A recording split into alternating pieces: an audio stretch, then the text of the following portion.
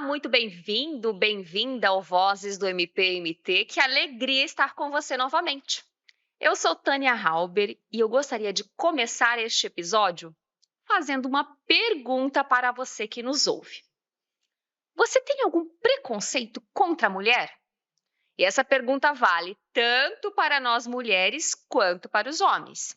E eu tenho certeza que se você pensar com calma, pode identificar algum comportamento ou pensamento preconceituoso. Muitos deles estão enraizados em nosso consciente coletivo. E para nos auxiliar a compreender melhor sobre este assunto, eu recebo hoje, no Vozes do MPMT, Bárbara Lenza Lana. É advogada especializada em direito civil e processual civil, com atuação em direito das famílias, violência doméstica e violência política sob a perspectiva de gênero, professora universitária, palestrante e líder do Comitê Vozes, do Grupo Mulheres do Brasil, Núcleo Cuiabá. Muito bem-vinda, doutora. É um prazer estar aqui, Tânia. Doutora, hoje, né, desde já agradecendo muito pelo seu aceite estar aqui conosco, e eu convido você que está nos ouvindo, nos acompanhando, a ficar com a gente e compreender mais sobre como você, assim como eu, podemos sair desta estatística em que o preconceito e o julgamento ainda imperam. Este é o Vozes do MPMT.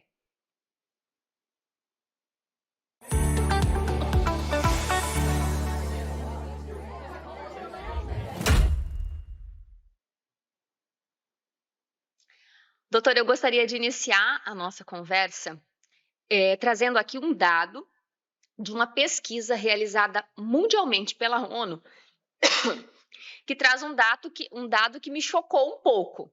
Posso dizer assim, um dado meio chocante, que é 90% das pessoas têm preconceito contra a mulher. E esse preconceito ocorre em todas as áreas: contexto familiar, mercado de trabalho, papéis sociais, na academia.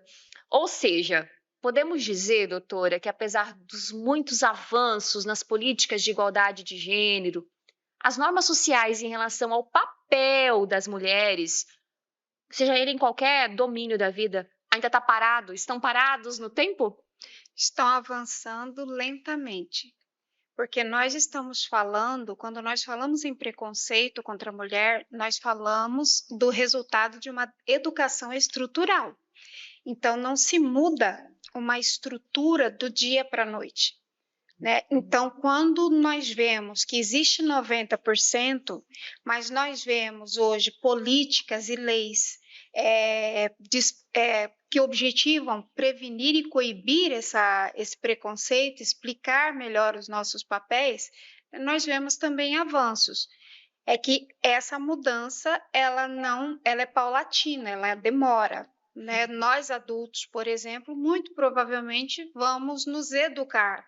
Nós vamos ter que ressignificar a nossa visão e educar as nossas crianças e os nossos adolescentes, para que isso mude. E aí, doutora, às vezes a gente falando assim, as pessoas, né, quem está nos ouvindo pode falar, mas como assim, né, eu sou preconceituoso, mas é aquela fala e pensamento, às vezes, bem assim, corriqueiro. Eu vou citar um exemplo aqui, porque é um que a gente ouve muito e às vezes, né, estava até naturalizado, que é quando a mulher sofre algum assédio, fala assim, mas também olha a roupa que ela estava usando. Ou seja, como a senhora disse, né, para nós adultos, muitas vezes eles estão ali no cotidiano de uma forma Sim. comum, naturalizada. E nós temos também a problemática da separação, da rotulação das mulheres como respeitáveis e não respeitáveis. Né? E a partir do momento em que a gente naturaliza essa rotulação, a gente naturaliza também a violência daquelas mulheres que não se enquadram naquilo que nós entendemos como apropriado, decente e normal. Né? Que na verdade é o quê? É um comportamento de subserviência e subserviência e atuar como coadjuvante, nunca no protagonismo. Enquanto eu for subserviente e coadjuvante, eu me enquadro como uma mulher respeitável.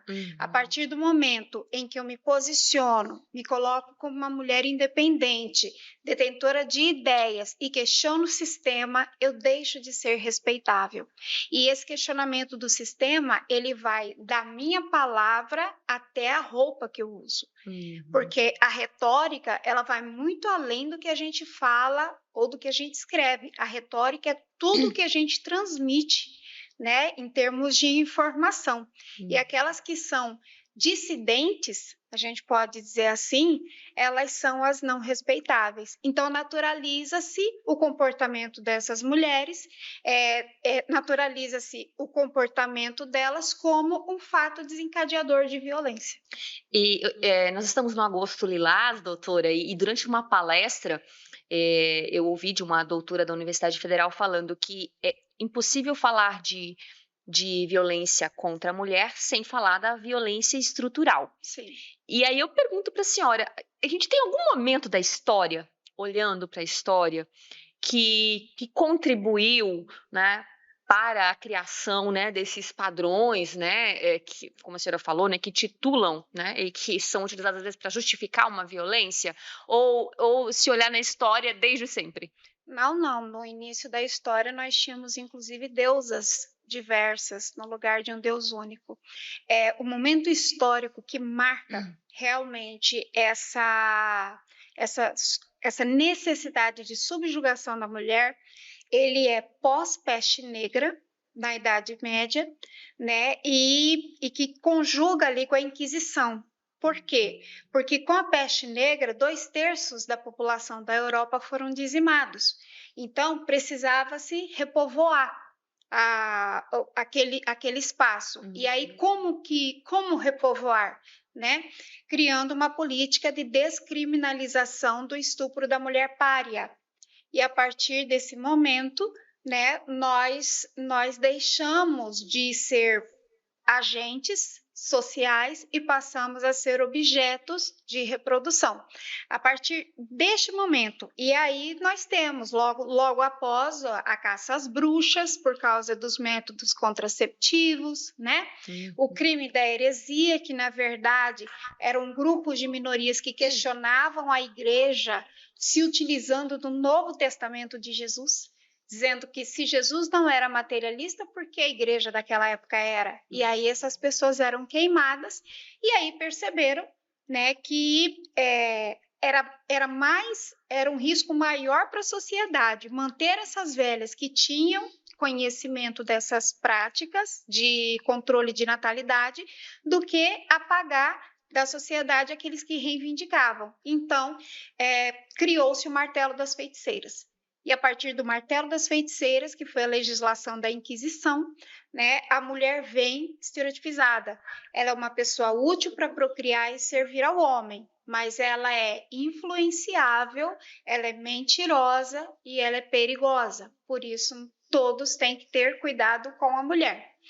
Quando o Estado e a igreja rompem, aí vem a medicina, trazendo para nós a concepção da mulher como um homem invertido. Nós demos errado, né? Então, os órgãos genitais do homem correspondem aos órgãos da mulher, só que os da mulher estão recolhidos. Então, essa inversão faz com que essa mulher ela não seja confiável, ela libere mais fluidos, né? Ela é mais úmida, ela é mais macia, e essa questão dos fluidos e da maciez para a medicina da época, e até hoje nós estudamos os nossos livros de medicina legal de Lombroso, né? Para a medicina da época, demonstravam que a mulher era menos confiável que o homem, ela era instável, porque ela tem oscilações diversas, já o homem não, ele é rígido.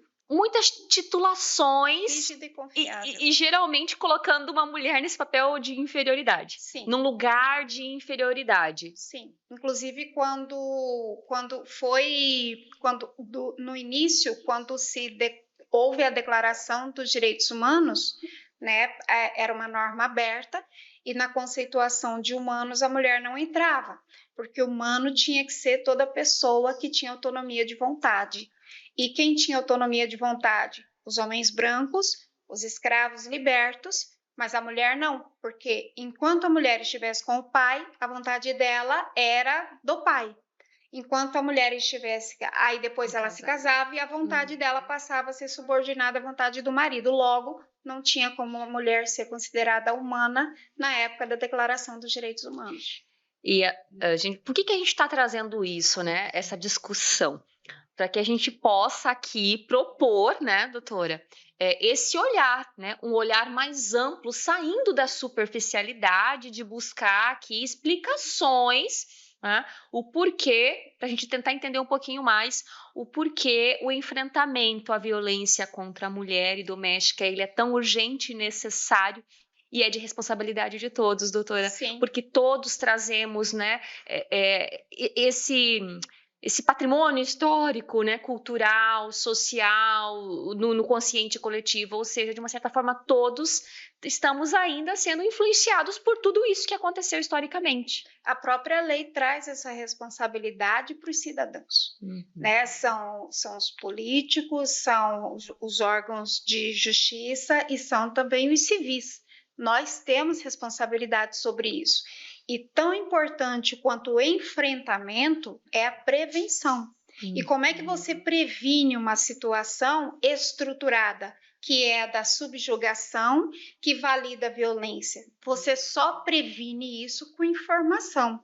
A partir do momento em que eu compreendo a origem disso, e eu compreendo o contexto histórico em que isso se deu, eu começo a refletir e identificar dentro do meu comportamento, inclusive, condutas, preconceitos, receios, né, para me preservar. É uma questão de autopreservação. Muitas de nós dizemos que a mãe é a pessoa que mais replica o patriarcado. Por quê? Porque a partir dos 2, 3 anos da menina, ela já começa a rir baixo, fecha a perna, não deixe o seu dorso descoberto, se cubra, não se comporte desse jeito, seu irmão é nervoso mesmo, tenha calma, respeite o seu irmão, né? Então, e por que isso? Por uma questão inconsciente mesmo de preservação. Se eu tenho uma filha que se comporta, eu tenho uma filha segura. Se eu tenho uma filha subversiva, eu tenho uma mulher em situação de risco, porque ir para o enfrentamento é um risco muito grande que a gente passa. Engraçado, doutora, ouvindo sua fala, eu lembrei, né, ouvindo em outro momento, uma palestrante falou que nós, mulheres, quando sofremos algum tipo de assédio, o que a gente vê, né, muitos casos, no ônibus, dançando, enfim, né, que nós devemos gritar, nós devemos falar, nós devemos expor que estamos sendo vítimas, porque é justamente isso, né? Nós, mulheres, muitas vezes sofremos a agressão, né, a violência, caladas por vergonha, por receio, por medo do que vai acontecer, do julgamento, da exposição, ou seja, uma vítima sendo vitimizada mais vezes. E eu pergunto, até jogo aqui, né? Às vezes a mulher que está ouvindo a gente aqui agora, ou que conhece alguma mulher que passou por uma situação, né? Que se sentiu violentada e ficou calada porque não sabia o que fazer, como agir. A senhora falando, né, das meninas, o quanto é importante, né, falar sobre isso, para que a gente possa enxergar e agir também. E aí ocupar o nosso papel no enfrentamento. Todos. Sim. A pandemia, ela descortinou essas violências, principalmente nas classes A e B. Porque a violência doméstica contra a mulher, especificamente, ela sempre teve um peso muito classista. Não é para mim, eu não sou esse tipo de pessoa, né? Era uma coisa assim, posta como uma atribuição dos lugares periféricos, das pessoas mal instruídas, não das pessoas bem-sucedidas financeiramente, bem colocadas, né, com poder. E, na verdade, acontece com todo mundo. Com qualquer mulher. Para você sofrer violência basta. Violência de gênero contra a mulher, basta que você seja mulher. E essas mulheres empoderadas, que na verdade são bem-sucedidas, elas silenciam, na maioria das vezes, com vergonha dessa exposição e também pela cobrança da sociedade. Por quê? Porque quando uma mulher ela vai oferecer quando uma mulher ela vai buscar a autoridade policial para dizer que ela está sofrendo uma violência, ela vai oferecer ali o relato dela de denúncia, ela é posta como uma destruidora da vida desse homem, né? E aí vem toda a carga da sociedade e a própria carga de culpa que ela sente depois. Poxa vida, mas foi só um tapa. Não custava nada eu ter ficado quieta e deixar que a vida seguisse. Outro problema que a gente tem muito grande é com relação à maneira como as informações são passadas. Existe toda uma campanha de denúncia. Denuncie, denuncie, denuncie, denuncie. Tá. E depois, o que acontece? Isso não é passado para essa sociedade. E nem todas as mulheres têm acesso a essas informações. Para nós aqui nos nossos espaços, é simples. A leitura de uma lei, né? Ou você ter uma amiga advogada, ou você ter uma colega ali que tem uma interpretação de texto melhorzinha. Mas as periféricas não sabem o que acontece. Então, aquele papel que sai da delegacia, que não tem serventia nenhuma, enquanto o agressor ele não é intimado, aquele papel muitas das vezes ele é apresentado para o agressor e a mulher termina morta, porque ela não sabe que ele não tem validade enquanto não acontece a intimação. Quando começam as audiências das medidas protetivas, das ações criminais decorrentes da violência, ela não sabe o que está acontecendo. Então, nós temos essa falha na comunicação, né?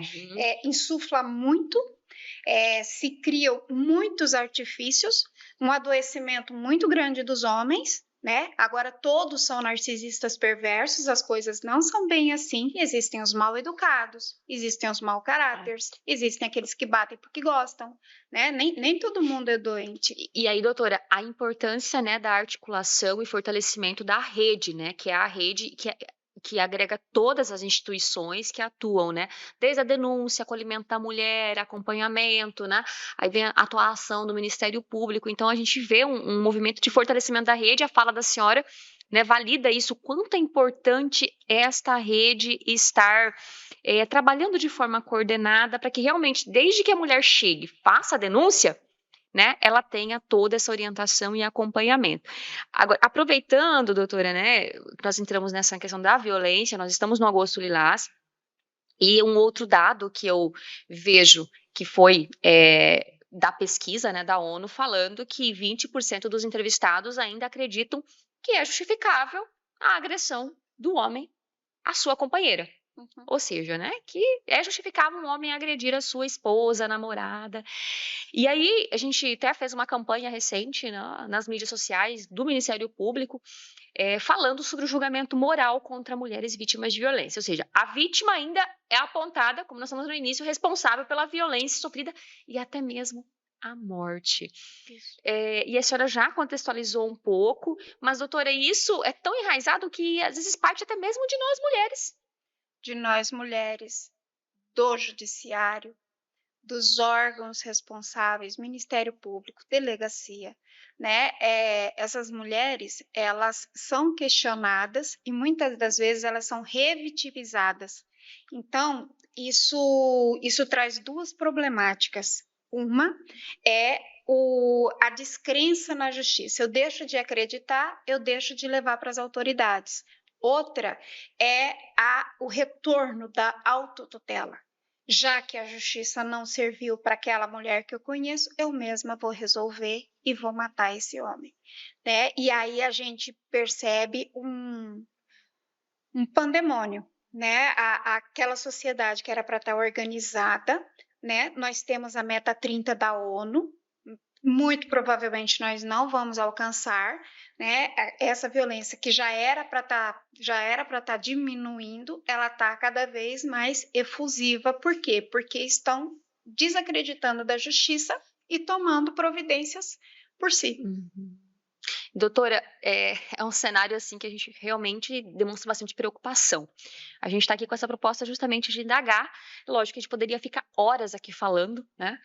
Mas já caminhando para o encerramento, diante né, desses pontos que a senhora trouxe, né, desse contexto todo, existe uma via que a gente poderia ver aí como realmente de enfrentamento? Seria lá justamente a educação, seja no ambiente familiar, escolar?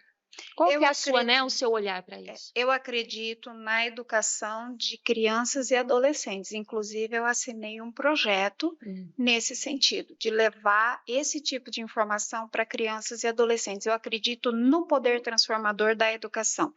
Nós temos também o protocolo para julgamento sob perspectiva de gênero. Embora muitos magistrados ainda resistam a aplicação é obrigatória. E aí esse julgamento ele facilita uma uniformização do comportamento do sistema, né? Um sistema mais harmonioso. E nós temos muitas leis protetivas para a mulher.